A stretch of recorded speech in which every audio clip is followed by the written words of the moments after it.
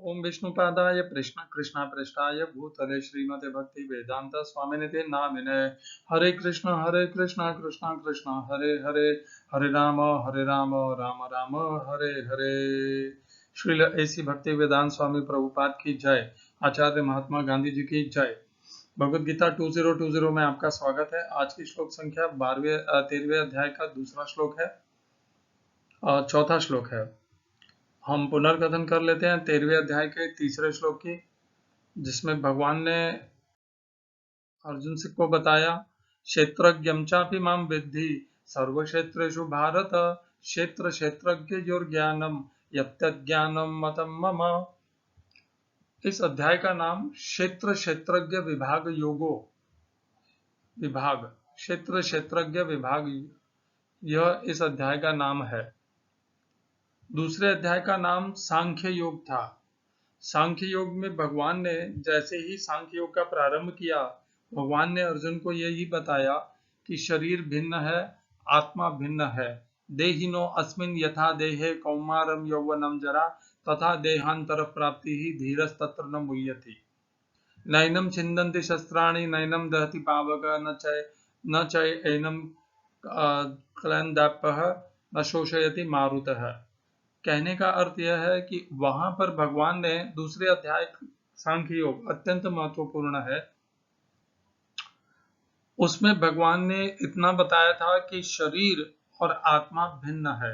आत्मा शरीर में निवास करता है या करती है, नहीं आत्मा करती नहीं होगा, आत्मा करता है, ठीक है जैसे भी समझना है। तो आत्मा शरीर में निवास करता है, आत्मा का निवास शरीर में होता है और शरीर स्त्री और पुरुष दोनों का हो सकता है और उसी के अनुसार उसकी संज्ञा भी हो सकती है। तो वहां पर भगवान ने एक बार भी दूसरे अध्याय में ये नहीं बताया था कि एकाकी आत्मा के साथ में, जिसे हम इस अध्याय में 13वें अध्याय में क्षेत्रज्ञ कहते हैं, क्षेत्रज्ञ के साथ में एक परम क्षेत्रज्ञ भी है उस शरीर में। 13वें अध्याय के तीसरे श्लोक में पहली बार भगवान श्री कृष्ण ने भगवद गीता में यह बताया कि प्रत्येक शरीर में क्षेत्रज्ञ होता है, एकाकी क्षेत्रज्ञ होता है, अर्थात एक जीवात्मा होती है और एक परम क्षेत्रज्ञ होता है, अर्थात सर्वत्र समग्र क्षेत्रज्ञ होता है, जो समस्त प्राणियों भूत प्राणियों के शरीरों में निवास करता है और समस्त भूत प्राणियों को जानता है, उनके कर्म कलापों को जानता है और उनको उनसे प्राप्त होने वाले कर्म फलों को भी जानता है। वह परम क्षेत्रज्ञ है जो सब कुछ जानता है, और यह भगवान पहली बार 13वें अध्याय के तीसरे श्लोक में बताते हैं। एक तो शरीर और आत्मा, इसको ही समझना कठिन था, उसके उपरांत अब हमें यह भी समझना है कि केवल शरीर ही नहीं, भगवान स्वयं भी हमारे साथ में, आत्मा के साथ में परमात्मा भी इस शरीर में निवास करते हैं। तो साधारणतः मनुष्य यही समझता है कि केवल भगवान निवास करते हैं, नहीं, भगवान नहीं, केवल आत्मा निवास करती है शरीर में। सत्य तो यह है कि आत्मा के साथ में परमात्मा भी निवास करते हैं प्रत्येक शरीर में, और इसी निवास के कारण भगवान साक्षी भी हैं, समस्त कर्मों का लेखा जोखा भी उनके पास है और समस्त कर्मों को के फलों को प्रदान करने का सामर्थ्य भी उनके पास है, क्योंकि वे नियंत्रक हैं, नियामक हैं। ईश्वर सर्वभूतानां हृदयर्जुन तिष्ठति भ्रामयन् सर्वभूतानि यंत्रारूढ़ानि मायया। माया के द्वारा वे समस्त भूत प्राणियों के हृदय में स्थित होकर के उन्हें घुमाते हैं कर्मफलों के चक्कर में। हृदय में स्थित होकर के वे ये कार्य करते हैं। तो इस श्लोक में 13वें अध्याय के तीसरे श्लोक में भगवान ने क्षेत्रज्ञ जो पहले एकाकी आत्मा को कहा था, अभी अपने को स्वयं को भगवान ने भी क्षेत्रज्ञ बताया और परम क्षेत्रज्ञ बताया। आने वाले श्लोक में भगवान परम क्षेत्रज्ञ और क्षेत्र के विषय में अब और विस्तार से बताएंगे, जिसकी चर्चा हम आज के श्लोक में करेंगे। आज के श्लोक में भगवान कहते हैं तत्क्षेत्रम यच्च यादृक्च यद्विकारी यतश्च यद सच यो यत् प्रभावश्च तत्समासेन मे शृणु। हिंदी अनुवाद गीता यथारूप Srila Prabhupada.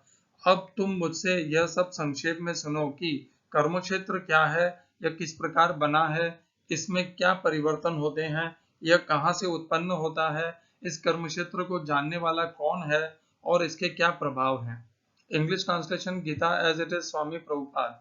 Now please hear my brief description of this field of activity and how it is constituted and what its changes are, whence it is produced and who that knower of the field of activities is and what its influences are.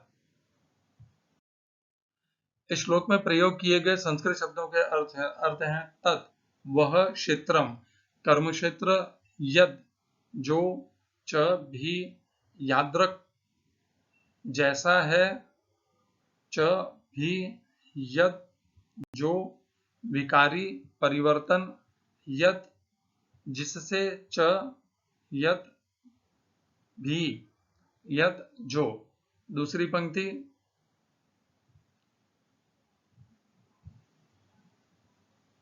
स वह, च भी यो जो, यत जो, दोनों का अर्थ वही है, यत यह, यो और यत प्रभावश्च उसका प्रभाव क्या है, तत् वह समासेन संक्षेप में मुझसे, शृणु सुनो। इस श्लोक का तात्पर्य गीता यथारूप स्वामी प्रभुपाद के द्वारा 13वें अध्याय का 4था श्लोक है। भगवान कर्मक्षेत्र तथा कर्मक्षेत्र के ज्ञाता क्षेत्रज्ञ की स्वाभाविक स्थितियों का वर्णन कर रहे हैं। मनुष्य को यह जानना होता है कि यह शरीर किस प्रकार बना हुआ है, यह शरीर किन पदार्थों से बना है, यह किसके नियंत्रण में कार्यशील है, इसमें किस प्रकार परिवर्तन होते हैं, ये परिवर्तन कहाँ से आते हैं, वे कारण कौन से हैं, आत्मा का चरम लक्ष्य क्या है तथा आत्मा का वास्तविक स्वरूप क्या है, मनुष्य की आत्मा तथा परमात्मा उसके विभिन्न प्रभावों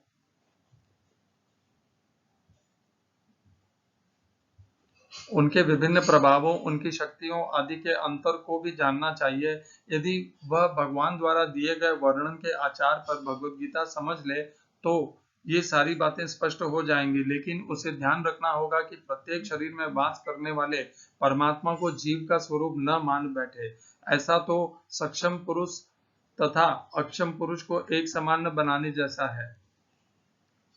ओम अज्ञानतिमिरन्धस्य ज्ञानाञ्जनशलाकया चक्षुरुन्मिलितं येन तस्मै श्री गुरुवे नमः। एकं शास्त्रं देवकीपुत्र गीतम् एको देवो देवकीपुत्र एव एको मंत्रस्तस्य नामानि यानि कर्मापेकं तस्य देवस्य सेवा। हरे कृष्णा। तो भगवान ने पिछले श्लोक में क्षेत्रज्ञ 13वें अध्याय के दूसरे और तीसरे श्लोक में क्षेत्रज्ञ कौन है यह बता दिया था। एकाकी क्षेत्रज्ञ भी बता दिया और परम क्षेत्रज्ञ अर्थात समग्र क्षेत्रज्ञ भी बता दिया। अब भगवान क्षेत्र के विषय में ज्ञान देना प्रारंभ करेंगे और क्या बताएंगे क्षेत्र के विषय में, वह भगवान ने उसका वर्णन भगवान ने इस श्लोक में किया है। इस श्लोक में भगवान ने कहा है तत्क्षेत्रम, वह क्षेत्र जिस प्रकार का है, यादृक जैसा है, यद्विकारी किस प्रकार के उसमें विकार हैं जिससे वह परिवर्तन को प्राप्त होता है और उसका प्रभाव किस प्रकार का। तो 3 विषय भगवान क्षेत्र के विषय में कहते हैं, मैं अब बताने वाला हूं। पहला, वह क्षेत्र है कैसा। दूसरा, उस शरीर में विकार किस किस प्रकार के हैं। तीसरा, उस शरीर का प्रभाव क्या है। इन सब का भगवान संक्षेप में आने वाले श्लोकों में वर्णन करने वाले हैं। हमने अभी तक यह जाना था कि ये शरीर पंच महाभूत से बना हुआ है। देखिए, ये साधारण सामान्य ज्ञान है, कि शरीर पंच महाभूत से बना हुआ है, इसमें 5 ज्ञानेंद्रियां हैं, 5 कर्मेंद्रियां हैं, और इस प्रकार हमने इसको जाना था, और मन बुद्धि अहंकार ये सब है। अब भगवान इसको आने वाले श्लोक में और थोड़ा सा इसमें विस्तार करके अच्छे से हमें इस क्षेत्र का परिचय प्रदान कर देंगे। क्षेत्र को जानना हमारे लिए आवश्यक है। देखिए, हम सब एक क्षेत्र में निवास कर रहे हैं। मैं एक क्षेत्र में निवास कर रहा हूँ, आप अपने क्षेत्र में निवास कर रहे हैं, और अन्य अपने अपने क्षेत्रों में निवास कर रहे हैं। हम सब के जो क्षेत्र हैं, हमारा प्रथम कर्तव्य तो यही है, हम इस क्षेत्र को पहचाने, क्योंकि जब तक हमारा क्षेत्र के विषय में ज्ञान सही नहीं होगा, तब तक हम इस क्षेत्र से हमें करना क्या है, क्या नहीं करना है, कैसे करना है, इसे हम कैसे समझ पाएंगे और उसको कैसे व्यवहार में उतार पाएंगे।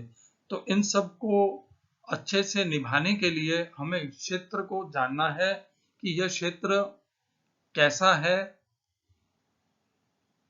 कब और क्या क्या विकार इसमें आते हैं, कौन विकार कैसे हैं, और इस शरीर का प्रभाव कैसा होता है। शरीर में क्षेत्रज्ञ है, क्षेत्रज्ञ का संबंध इसके साथ है, और क्षेत्रज्ञ के लिए केवल क्षेत्र को जानना कि मैं क्षेत्र से भिन्न हूं, ये एक बात है, और अब वह क्षेत्रज्ञ अच्छे से जानेगा। देखिए, क्षेत्रज्ञ जो परम क्षेत्रज्ञ है वह तो सब कुछ जानता है, परंतु हम जो एकाकी क्षेत्रज्ञ हैं, हम तो अपने स्वयं के क्षेत्र के विषय में भी नहीं जानते। हमारे में और परम क्षेत्रज्ञ के मध्य में कितना अंतर है, वे सब कुछ जानते हैं और हम अपने शरीर के विषय में भी नहीं जानते। और इसीलिए भगवान श्री कृष्ण कृपा करके हमें अब आने वाले श्लोकों में यह क्षेत्र क्या है, कैसा है, क्या विकारों से युक्त है और किस तरह का इसका प्रभाव है, यह सब हमें विस्तार पूर्वक बताएंगे। तो हमें इससे यह भी अनुभूति होती है कि एकाकी क्षेत्रज्ञ कितना गौण है और परम क्षेत्रज्ञ कितना अनंत है और ज्ञानमयी है और दयामयी भी है, और दोनों एक हो ही नहीं सकते। और एक होंगे क्यों? क्योंकि भगवान ने अनेकों बार इसमें कहा है कि मैं निवास करता हूं, और भगवान ने जीवात्मा को अपना अंश भी बताया है। 15वें अध्याय में भगवान कहते हैं, ममई वांछो जीव लोके जीव भूत सनातन मनःषष्ठानि इंद्रियाणि प्रकृति स्थानी कर्षति। मम एव अंश है, मेरा अंश है जीवात्मा, जो समस्त भूत प्राणियों में विद्यमान है। ममई वांछो जीव लोके जीव भूत सनातन है। जीव भूत, भगवान कहते हैं जीवों का जो स्थान है जीव भूत, उसमें वह निवास करता है। जीव लोक, ममई वांछो जीव लोके जीव भूत सनातना, जो मनुष्यों का जो लोक है, मनुष्य केवल मनुष्य लोक पर ही रह सकते हैं, मनुष्य अन्य लोकों में जा ही नहीं सकते। यह भी इस श्लोक से हमें समझ में आ जाना चाहिए। वैज्ञानिक अत्यंत प्रयत्नशील हैं कि किस प्रकार मनुष्यों का दूसरे ग्रहों पर मनुष्यों का निवास और स्थापना हो सके, परंतु यह भगवत गीता के अनुसार तो संभव लगता नहीं है। ममई वांछो जीव लोके जीव भूत सनातन, कहां पर? जीव लोक में जीव भूत, सनातन के सनातन है। ये कहां पर है? जीव लोक में जीव है। और किससे इनका संबंध है? मनःषष्ठानि इंद्रियाणि, 6 इंद्रियां, मन के साथ में 6 इंद्रियों को गिना गया। वैसे तो 5 इंद्रियां होती हैं, परंतु मन भी एक इंद्रिय है, इसलिए कहा गया है मनःषष्ठानि इंद्रियाणि। षष्ठानि अर्थात 6। मनःषष्ठानि इंद्रियाणि प्रकृति स्थानी कर्षयति, प्रकृति से, प्रकृति के प्रति आकर्षित होकर के यह आत्मा शरीर को प्राप्त होता है। हम सबके भीतर प्रकृति का दोहन करने की प्रवृत्ति है। हम समझते हैं हम प्रकृति के ऊपर विजय प्राप्त करके, अपना प्रभुत्व जमा करके प्रकृति से अपने अनुकूल जो भी हम प्राप्त करना चाहते हैं वो प्राप्त कर लेंगे, यह हमारा भ्रम है। ऐसा भगवत गीता में कहीं नहीं कहा गया है, और वह प्राप्त करने की आवश्यकता भी नहीं है, क्योंकि जो कुछ भी हम प्रकृति से प्राप्त करेंगे वह शरीर के साथ में छूट जाएगा। तो उसके पीछे अपना जीवन व्यर्थ गंवाना कोई, ठीक है, आवश्यकताएं हैं जीवन का निर्वाह करने के लिए, किंतु केवल उसी में अपना जीवन व्यर्थ कर दे, यह तो समझदारी नहीं है। तो पुनः लौट के आ जाते हैं इस श्लोक के ऊपर, जिसमें भगवान अब हमें बताने वाले हैं कि वह क्षेत्र किस प्रकार का है। यही हमें आगे आने वाले श्लोकों में पता चलेगा। हरे कृष्णा। श्रील ऐसी भक्ति वेदांत स्वामी प्रभुपाद की जय। आचार्य महात्मा गांधी जी की जय। एक बात और बता दूं, यह जो क्षेत्र है यह परिवर्तनशील भी है। यह तो भगवान ने दूसरे अध्याय में ही बता दिया था। देहिनो अस्मिन् यथा देहे कौमारम यौवनम जरा तथा देहांतर प्राप्ति ही धीरस्तत्र न मुह्यति। तो दूसरे अध्याय में ही भगवान ने कह दिया, देहिनो अस्मिन् यथा देहे, इस देह के भीतर जो देही है वह इस देह के परिवर्तन को देखता है। यह देह, यह क्षेत्र स्थायी नहीं है, परिवर्तनशील है।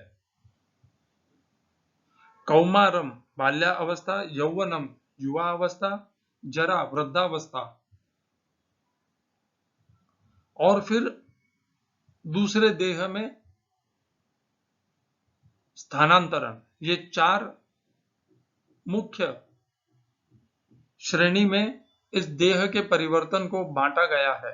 कौमार, यौवनम, जरा तथा देहांतर प्राप्ति, देह अंत प्राप्ति भी, देह का अंत हो जाना, यह भी एक अवस्था कहलाती है। तो यह तो हम पहले दूसरे अध्याय में ही जान चुके हैं, और अब आगे हमें भगवान ये जो हमने समझा था, ये चार अवस्थाएं ये क्यों कैसे होती है, इसके विषय में भी प्रकाश डालेंगे और यह हमें जानने को मिलेगा। हरे कृष्णा।